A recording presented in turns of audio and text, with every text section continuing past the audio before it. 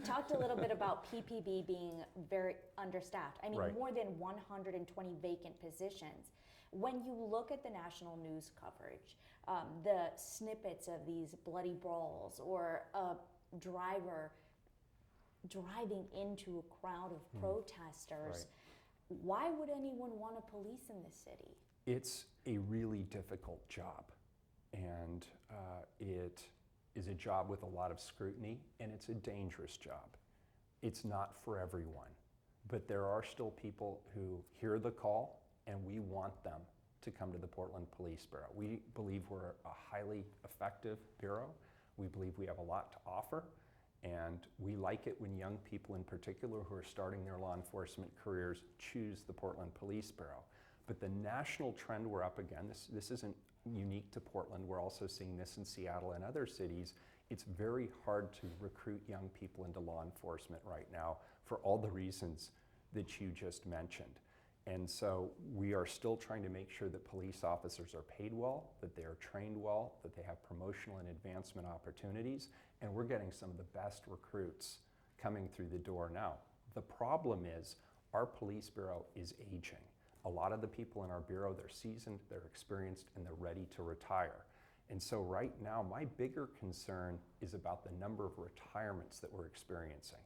And the chief and I are working not only on the recruitment side and bringing people into the bureau, we're also looking at how we can be more effective with the folks we have and the reality of the recruiting environment that we're in. So one strategy that we looked at is to ask the question whether or not everybody who comes in needs to be a sworn officer and whether they need to have a firearm. PS3s, public safety support specialists. We just put our first 9 out into the field a couple of weeks ago. Did you? We did indeed. How long was the training? Training actually lasted about 18 months, give or take. You may not quote me on, I'd want you to confirm that, but the training and the certification is about 18 months. Because they do everything law enforcement does except make arrests. So they still have to go through the same training protocols. But a lot of what police officers do, they respond to non-injury traffic accidents, they respond to car break-ins, they respond to issues in people's homes, and you don't always need a fully certified armed police officer to come and address those issues. So with the PS3s coming on board, that frees the sworn armed officers to do more of the heavy police work out in the community. And the PS3s can also serve as ambassadors to the police bureau by going to community events, neighborhood associations, and the like. The other question we're asking ourselves is around recruiting standards. Historically, the standard has been that you have to have a bachelor's degree. But what we found is a lot of the work that the police do and some of the best police officers we have aren't necessarily people who had extensive education. And so we have reduced that standard. We'll watch it. We'll make sure that the quality of the recruits is still high. But so far what we're seeing is it hasn't reduced the quality of the candidates we've had at all. It has simply opened up the door to other candidates who made different decisions than getting their bachelor's degree. And so we're seeing a lot of good candidates come in the door through that as well. You mentioned the PS3s. One of the things that a lot of activists were really hoping to have with PS3s are people that can actually go to a scene when somebody is having a mental health crisis, somebody who is trained in that area. But you said PS3s can't make arrests. And you also mentioned when you first announced that position was being created that they can't respond to alone. They can't respond to a mental health crisis. So you've got some advocates saying, then what is the point of having them? Well, is there a plan to add another group? Well, we're actually doing a lot around people in crisis in the community. The PS3s, that program was never intended to be a response to people in crisis on the streets. That is a totally different set of programming. In the police bureau today, we have the behavioral health unit and the service coordination team. And my administration has been champions of those programs. We've strengthened the funding for those programs. And the goal of the BHU, for example, is to pair up police officers with certified trained mental health personnel to address people in crisis. The service coordination team works with people who are struggling with addiction issues on the street. And of course, in this last year's budget, we started a whole new program around a street response to people in crisis in mental health in our community. And that's based on a different model that we've seen in other communities where you have mental health professionals and emergency medical technicians paired up to address people in crisis where it's not necessarily a criminal activity situation. So we're looking at different interactions around street-based mental health and crisis management, but the PS3 program has nothing to do with that. It's good to hear about some of the solutions instead of just the problems. So I did want to focus on that really fast.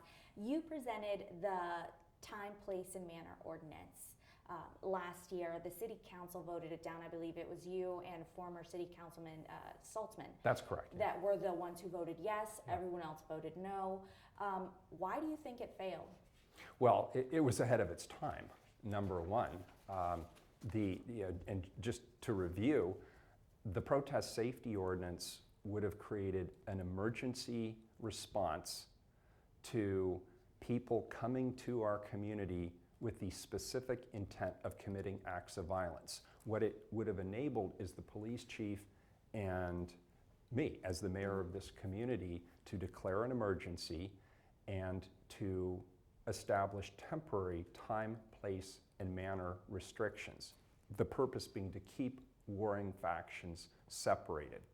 So, unfortunately, one of the nuances of our form of government, we have a commission form of government, I can't just enact that policy the way you could in other cities like Seattle or San Francisco. It has to go to the council for the full council approval. They didn't give approval, nor will they in the future. So that idea is off the table, but we're looking at other strategies. Well, speaking of the city council, later when Commissioner Hardesty, excuse me, no worries, when Commissioner Hardesty joined the city council, the move was made to withdraw Portland from the Joint Terrorism Task Force. You opposed it. I did. But again, you were outvoted. So do you feel the city council has in any way stifled your efforts to bolster police powers? There's no question about it that our form of government gives the mayor, the police commissioner, and the police chief the responsibility for upholding public safety and enforcing the law. But the mayor, the police commissioner, and the chief don't have the authority to be able to do it without the approval of other commissioners. Now, I'm not questioning their judgment, and I'm not saying they're wrong. I'm just saying this is the reality of our form of government. It requires approval from other individuals who are not the police commissioner, who are not necessarily involved in the day-to-day nuances of public safety. They have the same vote that I have as the mayor and the police commissioner. So they overrode me on the protest safety ordinance that would have allowed us to enact time, place, and manner restrictions to keep factions who are here explicitly to commit acts of violence, to keep them separated, and they outvoted me on the Joint Terrorism Task Force at a time when I believe regional law enforcement coordination is more rather than less important. Now, there's other things that we can do as well. We're looking at increasing the enforcement of non-permitted marches in our community. I'm interested in how other bureaus besides the police bureau could work collaboratively to help keep separation when we have groups coming to our community to commit acts of violence. In other cities, for example, the transportation bureaus and the fire bureaus, they don't necessarily provide people, but they provide resources and barriers and the like to keep people separated. And last but not least, I'm calling on law enforcement partners, local, regional, statewide law enforcement partners, the business community, civil rights activists, nonprofit leaders, institutional leaders, community leaders. I'm asking them to come together in advance of the protests proposed for August 17th and collectively say this is not a city value here. We do not support violence. We do not support people, particularly people who come from outside of our community, coming here to commit acts of violence or criminal activity. But they don't always come from outside, because what they we don't saw always, in June, no. the 3 people who were arrested in June for that attack with the Andy No and just the protest in general, the 3 people were from here in Portland. We can't be naive any longer. The reality is Portland is on the national stage.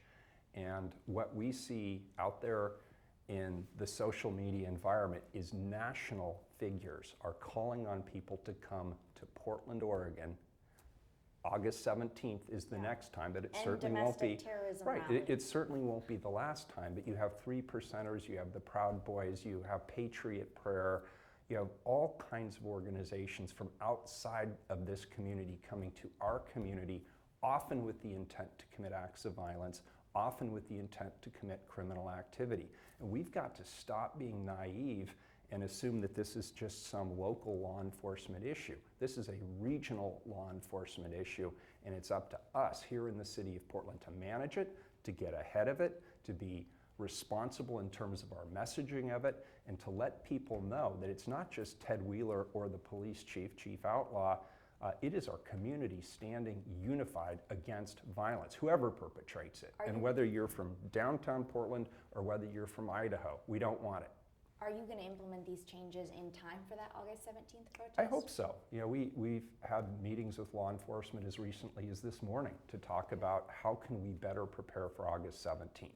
I think we can all acknowledge that the game plan we've been using up to this point is no longer effective. It's no longer sufficient. We need to change it up, and we're going to change it up. Chief Outlaw recently called for a new city rule barring people from wearing masks during protests. She encouraged officers to videotape interactions during the protest. What's your stance on those policy proposals? I think everything should be on the table. I think the mask proposal should be on the table. You know, part of the problem with arrests and convictions, and you mentioned that earlier, a critical component of an arrest and a conviction is identification. And if the police can't identify the perpetrator of violence or criminal activity, then you cannot arrest them and you cannot convict them. So it's at least worth the conversation, with the caveat that there are a lot of people who are very concerned about the civil rights implications of that. But that being said, it is legal in 3 states and it has withstood challenges in federal courts of appeals. So it should be on the table. You're going to pursue that, because I know that you spoke with the U.S. Attorney Billy I Williams always want to be careful when I respond yes. It should be on the table and it should be discussed alongside other ideas, including the question of increased enforcement around unpermitted marches. It should be on the table along with how can other bureaus in our city better coordinate and collaborate.